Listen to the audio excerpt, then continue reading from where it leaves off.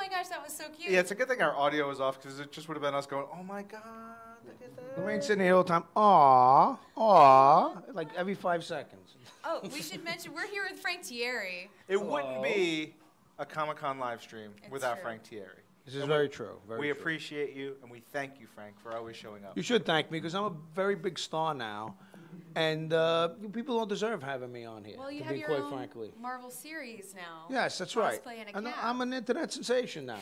I'm like the next grumpy cat. For people who haven't seen Marvel's Cosplay and a Cap, what do you do in that beautiful series of promos for this very show? Well, Marvel.com's Judy and Jason approached me to. They needed a New York a-hole, for lack of better terms, and somehow I fit the bill for some reason. I don't know why, and I know it was a stretch for me, but shows my acting ability. It was great. It was really great. So each of the promo videos, which you haven't seen, they're probably on YouTube and all of our places where we put our videos. My producers are like, yep, you're right. Places where we put videos. They're there. You should totally watch them because Frank is fantastic. I'm brilliant. I'm brilliant. He is great. Yeah. We were like sharing them around the office before they were finished because we were really enjoying them. It's Frank talking to various cosplayers and their costumes as they go to New York Comic Con. Those videos are what, like 30 seconds a piece or so? Something like that, yeah. How much shooting did you do with each of those cosplayers? Like, how many jokes and riffs did you do? I was in the cab with each one of them separately, and then we just kept riffing on stuff. Some of the better stuff is probably left on the cutting room floor because of language. You know what I mean? Some of There's the some blue language material. issues, I saw some of that. Yes, yes, yes. We should make a DVD one day with some of the, With the bloopers and extras. I'm just going to say one phrase, Galactus-sized dump. That didn't make the cut, which I was surprised that didn't make the cut. Yeah. Galactus-sized dump, yeah. I mean, why not?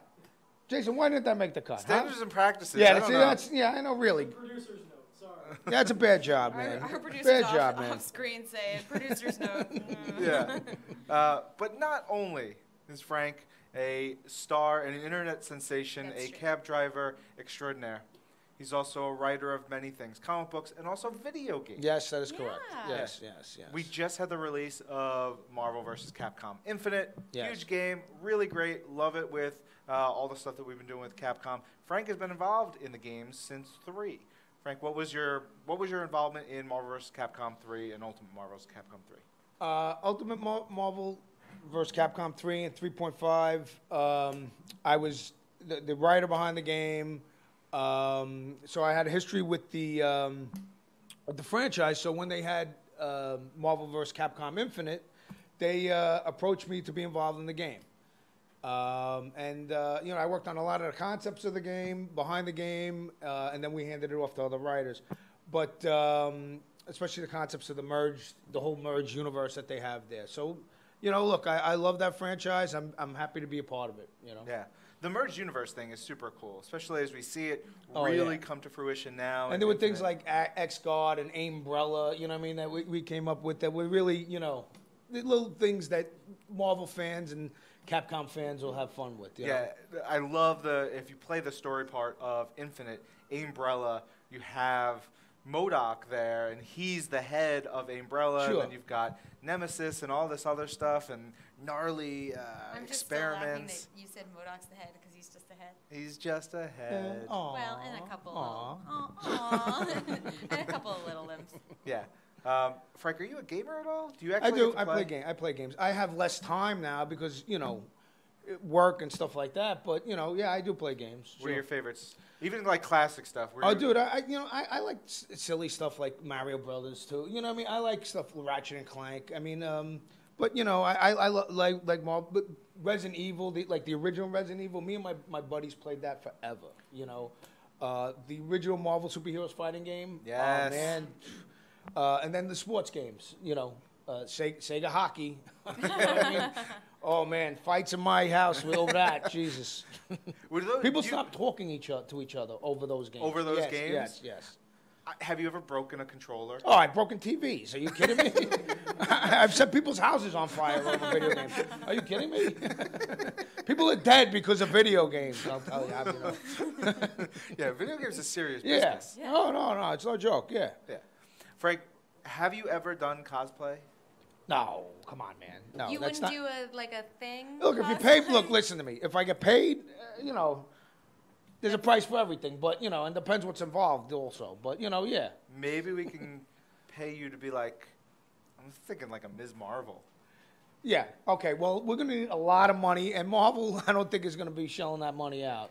No, probably not. Yeah. But I For me to play Miss Marvel, yeah. We could do it like a GoFundMe or something. yeah, a just a Kickstarter. personal project, Yeah. a pet project. Yeah. $100,000, I dress as Miss Marvel right now. All right? Let's make it happen. $100,000, I'll dress as Miss Marvel, okay? All right. You guys started. You got it. Start the GoFundMe, $100,000. So you worked a lot on not just video games, but in comics. How do you think that it sort of transfers, how you transfer your knowledge of working on comics to working on a video game? It's I've also done animation too. It's just different muscles. It's different muscles. It's different processes.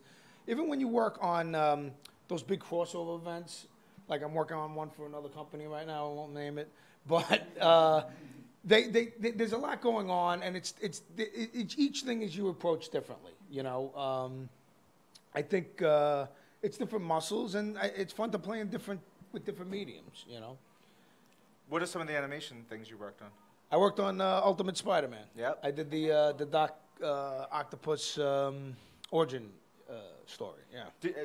So when you do something like that, when you're taking an origin story for a character, very like long-standing famous character, and you're bringing it to a new medium, how much is it saying like, oh, this is the story I want to tell versus this is a story that we want to put together from the animation side? Well, the way it worked with when I worked on the thing was they had certain things that they wanted in there. Okay, so you have to put this in there. You can put your spin on things, but there's a certain we need this in there, this in there, this in there. So you have to abide by that and work around that.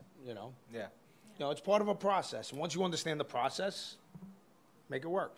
Do you have an affinity for Doc Ock over other Spider-Man villains? I like Doc Ock. I like, I always like this. I'm I guess a street level guy, you want to say. So I like Sandman. I like some of the Rhino, some of the street level, characters.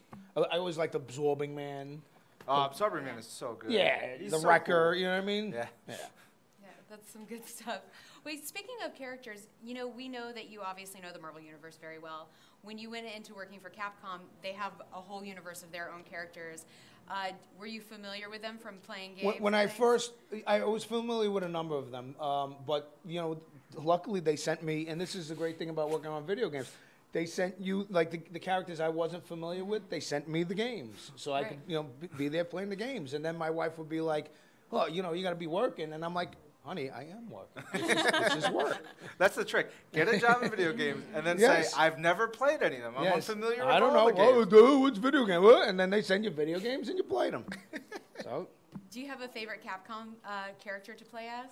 I like the Street Fighter characters and I like the Resident Evil characters because those are the characters that I grew up with playing. So, I like, Nemesis has always been a favorite Nemesis of mine. is so cool. Yeah. The design is so good. Exactly. Yeah. And I remember when you're playing the game, he comes out like, an insane person. So. Yeah. I have read the last Resident Evil game, like Capcom gave it to me.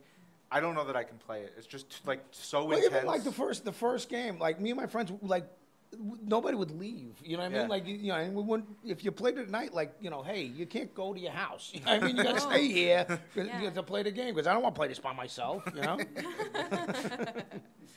Where can fans find you before the con is over? Or online? Online, this is the last thing. We're breaking tradition because I'm supposed to be the last guest. Something bad might happen. I'm not. But you can find me. I'm on the Twitter and I'm on the Facebook. Frank Tieri, blah blah blah. There you have it. All the Frank Tieri. All the Frank Tieri, yes. And